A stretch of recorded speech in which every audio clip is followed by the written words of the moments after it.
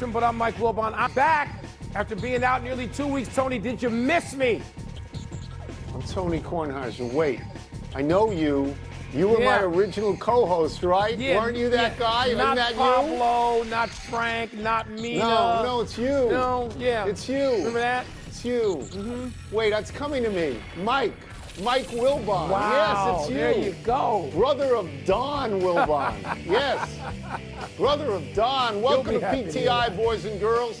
In today's episode, drama at the British Open, 13 straight wins for the Red Sox, and a backflip pratfall from Cam Scatterbo. But we begin today with Spain beating Argentina 1-0 yesterday. I did not say 1-0. 1-0 yesterday in the final of the World Cup. Spain dominated the action. They had 12 shots on goal in the 120-plus minute game, counting extra time. Argentina had no shots on goal. None. Lionel Messi was left in tears at the end of what is assumed to be his final World Cup game. Wilbon, what struck you about Spain's win, and where does all this leave Messi? Wow, Tony, it's hard for me to know where to start. I'm going to start actually with Emi Martinez, the Argentina goalkeeper, who without him, it's like 5-0. I mean, you know, he made just one incredible stop after another, and the way he played, he had no chance on the one goal Spain did score, but we move on from him, and we get to Spain and the defense they played on Messi. I mean, just defensively, to keep him to 20 touches in the first half, and he had only like 7 in the first, 30 minutes of the second half. And you're like, wow, Messi can't even find Messi. Of course, he's the great playmaker. And I'm struck by the thuggish nature of the way Argentina plays. Surrounding players and standing over them like gangsters and confronting the referee and encircling him and physically threatening him. And, all these soccer experts on our air and others are tripping over themselves not to say that Argentina plays a thuggish brand, a brilliant, successful championship brand, and thuggish. Now to Messi. My God. In the other games, he was so fabulous. Yesterday did nothing. Everything he does raises him to me, Tony, as a latecomer to international, to world soccer. And Messi, and only paying attention to him the last 8 years or so. What he did in the previous games against England and against Cape Verde, he's so stunning. And the passes and the way he puts them on people's noggins to win games, he's stopped. It does nothing. A loss does nothing to Messi for me. Everything that happens raises him in his all-time stature. I know, because we spoke this morning and you used the word thrilling to say how you felt about watching that game. You were thrilled to watch it. What strikes me most about Spain is that for large chunks of that game, they appeared to have no opponent at all. Not only were they masterful on defense, but they pressed all the action on offense. The goalie for Argentina, as you said, made 11 stops. The goalie for Spain could have eaten a 3-course meal during that game. He could have had it delivered onto the field. The Argentinian guy makes 11 stops. The Spanish guy in 8 games in the World Cup only had to make 10. Spain pitched a shutout. It's the 7th shutout in 8 World Cup games. I'm going to go over the bell. That is a record. They only gave up 1 goal in the entire World Cup, and that is a record. The only thing that made that game mildly interesting to me was Argentina's habit of scoring late and winning games. But they were down to 10 guys because, as you're saying and alluding to, they play a brutish brand of football, as they call it, soccer football, and they could have had 18 yellow cards. Yes, I mean, they were all over. They had nothing at the end. They had nothing that threatened in any way what Spain was doing. I mean, I think they set a record for no shots on goal in a World Cup final, in the 23rd World Cup final. I'll be brief on Messi. He's going to be 43 at the next World Cup, so I don't think we're going to see him at another World Cup. There's a big difference between going from 35 to 39 and going from 39 to 43. Absolutely. I expect to see him in the pink jersey, playing for Miami in the MLS, and being, as he is now, America's favorite soccer player. Just great. It's on to the British Open. New Zealand's Ryan Fox barely made the cut Friday, but sunk a 12-foot birdie putt on 18 to win the final major of the year by 1 stroke yesterday over Cam Young. Bryson DeChambeau finished 6th back, in part due to a 2-stroke penalty he had to take Friday for illegally improving his lie. Tone, what did you make of Fox's win and the DeChambeau controversy? All right, Aaron Fox won this tournament, and he won it by birdieing 4 of the last 6 holes, including 18, which all week. Ryan Fox, what did I say? Did I say Aaron? I've been saying that all day. That's all right. Ryan Fox. He won it, and he won it by birdieing 4 of the last 6 holes, including number 18, which had only yielded, I believe, 26 birdies all week up to that point. But he could not have won it if Sam Burns and Siwoo Kim did not lose it. Okay? Sam Burns opened up with, not opened up, but in the front 9, he had 3 consecutive bogeys.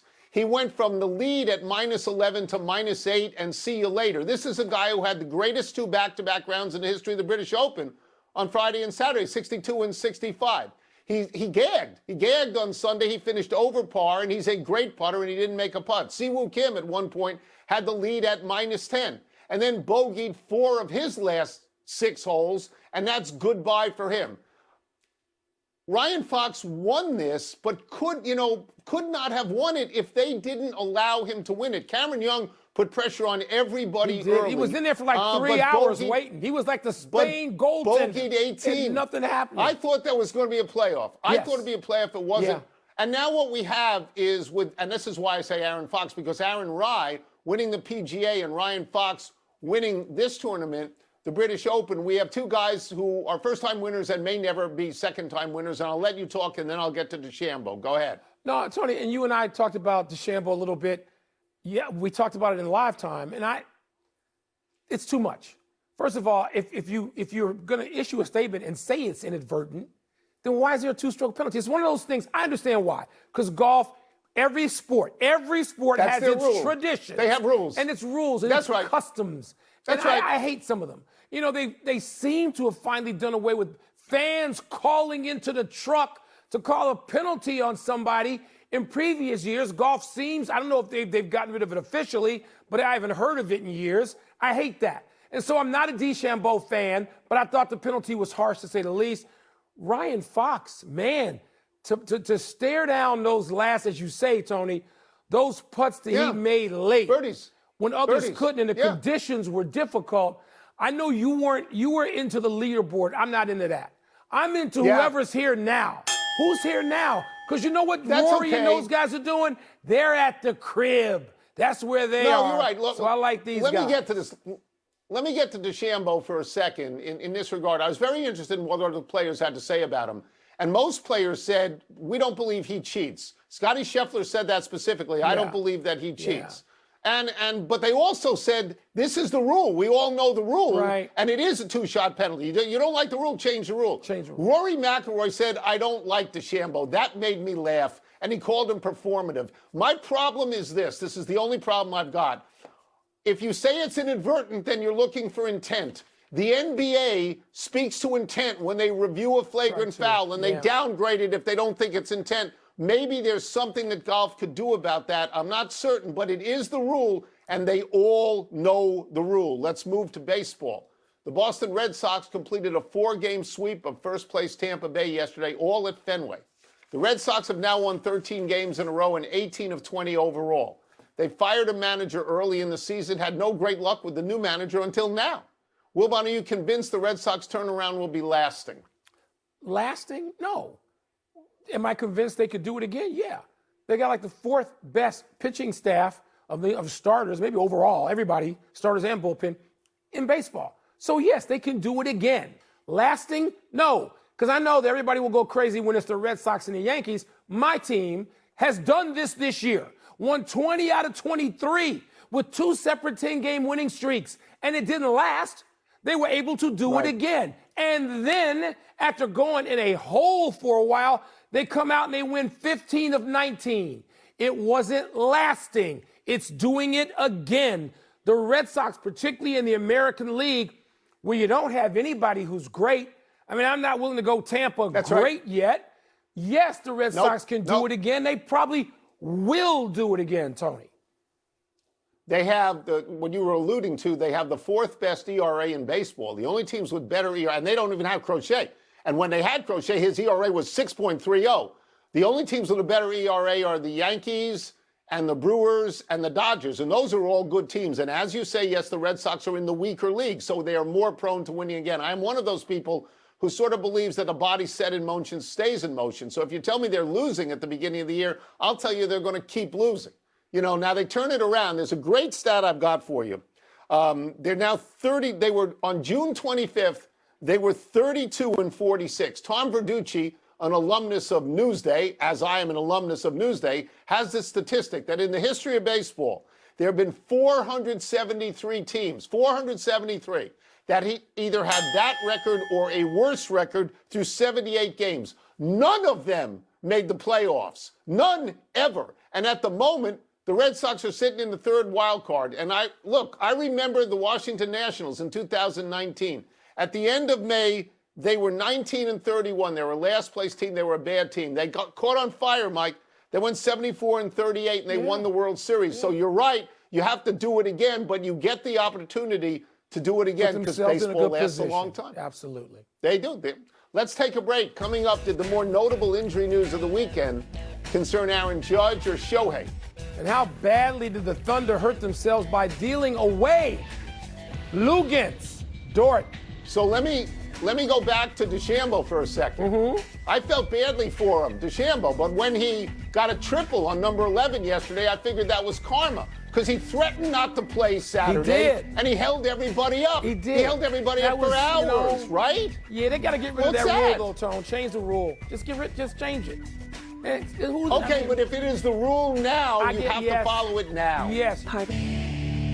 It is time to pick through the landfill of your emails. I'll get the first one from the new mailbox. Whoa, what is that? Let me get the first one here and go to the glasses.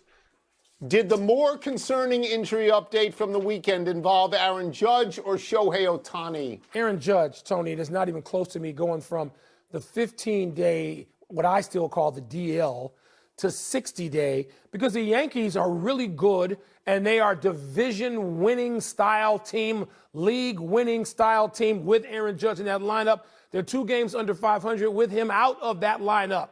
I know Shohei, you don't want to lose Shohei either. My God, you just don't want to lose him. He can still hit, though, even though he's missed a start. He's been pushed back. He hasn't pitched. We've been on the eggshells with him since before the All-Star game. But the Dodgers have an embarrassment of riches. If they had to sit Shohei down for 15 or longer, they're still going to survive. They're not going to be 2 games under 500 just because Shohei's not there. Aaron Judge being absent from that Yankee lineup is a potential disaster.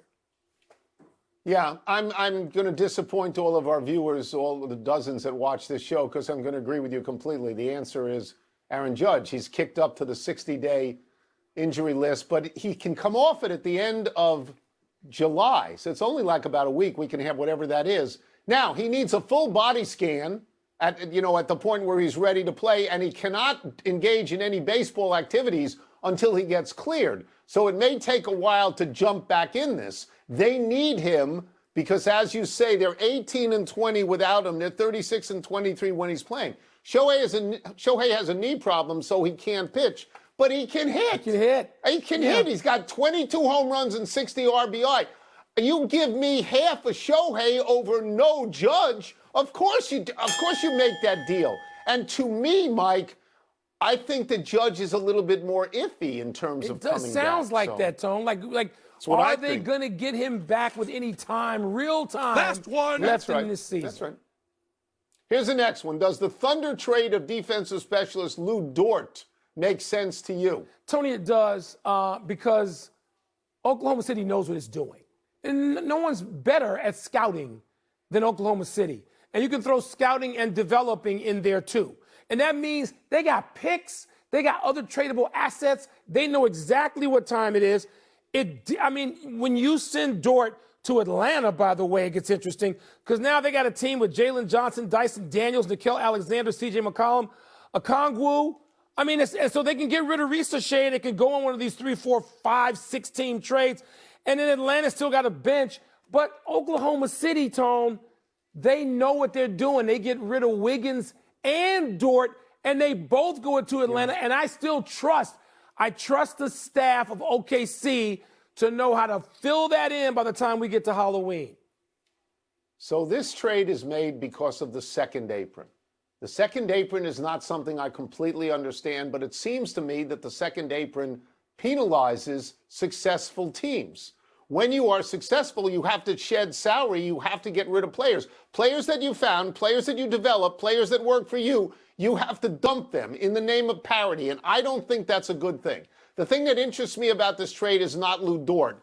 It is Zachary Risachet leaving Atlanta and going to Dallas. This kid was the #1 overall pick in 2024. Is Atlanta that certain that he can't play? Because if I'm Dusty May and I'm Cooper Flagg and I'm getting a big guy, I'm pretty happy about that. And I'm getting him basically for nothing. So that's how I looked at the trade. Not so much Dort, but Risachet moving over to Dallas the Risachet under a new coach and a new general manager. It is huge. So, I mentioned Atlanta, though, because I think they look at their roster, those guys I mentioned, including depth, they're 10 deep. And Buddy Hield doesn't even sound like he's part of their plans necessarily anymore. Yeah. And you go, wow, by the way, your guy, Alex Sarr, the second player chosen in that draft, he has been better than Risachet. He has been. We'll see what happens. We'll see. Nobody's going to miss Trae Young in Atlanta, I'll tell you that. Enough of your emails. Let's take one last break, but still to come, Cam Scatterboos' attempt to prove his good health goes bad. And did the Warriors snag a star in Yaxel? I told you they did. I told you that kid was going to be great. I loved him. You liked him in the regular season. It didn't make sense that he went 11th or something in the draft. That was insane.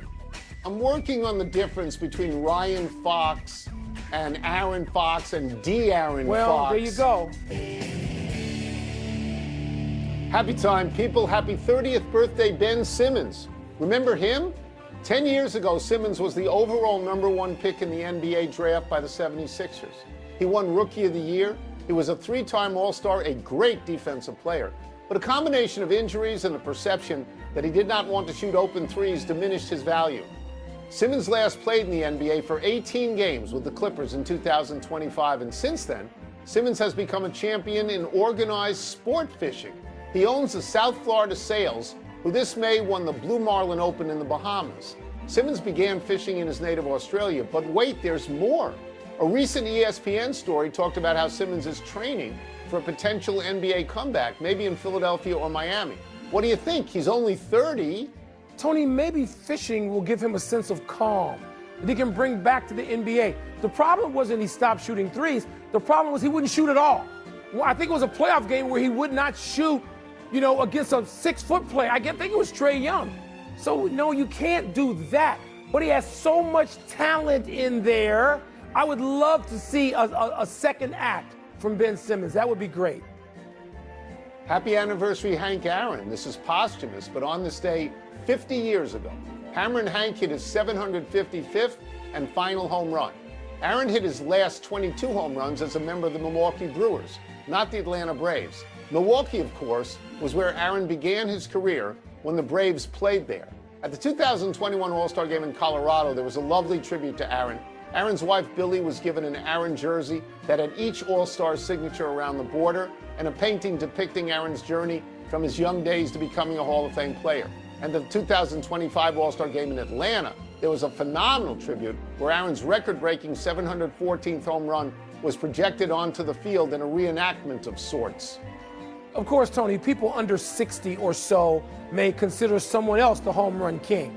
But we ain't those people. I know who you consider the home run king, and you know who I consider the home run king. And I have sat with Hank Aaron and looked at a record book and him talking about physically what he couldn't do from 38 to 39 to 40 as his home runs was down, and what he didn't take. And Hank Aaron is a hero to me. And I know he occupies a hell of a spot on the top shelf to you as well. Happy trails to a successful bat flip for Cam Scatterboos. The Giants running back attempted to illustrate the strength of his surgically repaired right ankle by backflipping on stage at Fanatics Fest on Saturday, only to land awkwardly and tumble backwards onto his tuchus. That did not dissuade Mr. Scadaboo from celebrating as if he'd nailed it. He later blamed the mishap on bouncy floors that launched him higher than he expected. Added Scadaboo, quote, "I'm perfectly fine. Nothing happened. I'm just going to keep being me. And if they want to say I'm brain dead and I don't have no brain, then who cares? Bleep it," unquote. If the Giants turn out to be any good while he's there, he'll be eccentric, maybe charismatic.